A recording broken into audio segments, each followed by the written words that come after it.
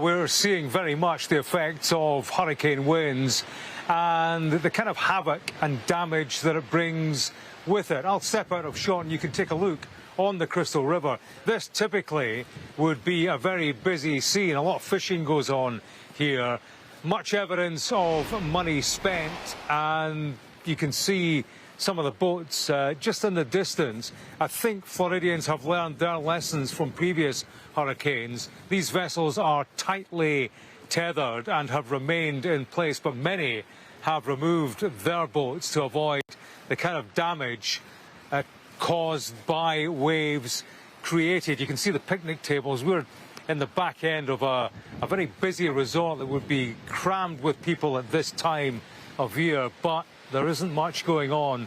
You can see the swimming pool, nothing happening there. There is a sign just in the distance. You probably can't read it, but I can tell you it says, it's a message to boat skippers: idle speed, no wake. It's a warning against creating waves. And I suppose it's a sign carrying a very dark irony this morning. If you take a look left through the palm trees, you're just getting a sense in the leaves of a strong wind. We're some distance, around about 60 miles or so from Keaton Beach, where the Hurricane Idalia made landfall around an hour and 15 minutes ago. But take a look at the property, that grey-coloured property. I can tell you there are people residing in there. They've stayed there overnight, and it gives you a sense, that picture, of the fine judgment call that people in this part of the United States have had to make. It's all about how high your property is and can you withstand the floodwaters that may come. If you look, that property has survived for now by something like a metre. But the clear warning to Floridians has been, in areas like this has been a red evacuation zone.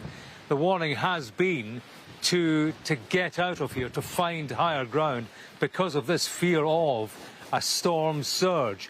There have been forecasts of vast quantities of water being thrown ashore. Forecasters talking about water 15 feet high, and certainly we've seen tide levels rising by around about 5 feet. So you can see the potential for water being thrown ashore, and the warning has been clear that properties on the coast could be wrenched from their foundations, that there could be consequent flooding far inland. So the warning's very clear to people in this part of Florida, many of whom have heeded those warnings and have headed for higher ground, have headed inland seeking shelter. In the past hour, we've spoken to a couple of them. Let's listen to Scott McMurdo and Jan Kroll. This is what they've had to tell us about their experience, their decision-making. It's going to flood this afternoon. It's probably going to take on about 9 feet. Unfortunately, it'll probably take my house. So you got to run. You've got 5 properties. 5, yeah. I put my retirement in it, and you know, you got to roll the dice sometimes, and it is what it is, I guess.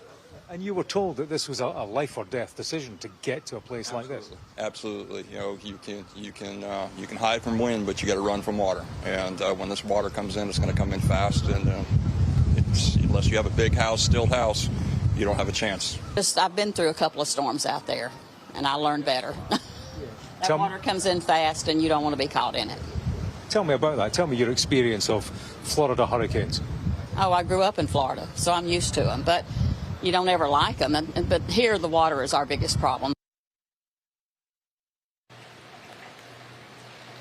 There you go, the human stories at the heart of the hurricane. These are people who heeded the warnings in advance. The advice to people right now as the hurricane hits is to sit tight and hunker down. And people are being told if they need help, they're going to have to wait until the storm, the hurricane, has passed.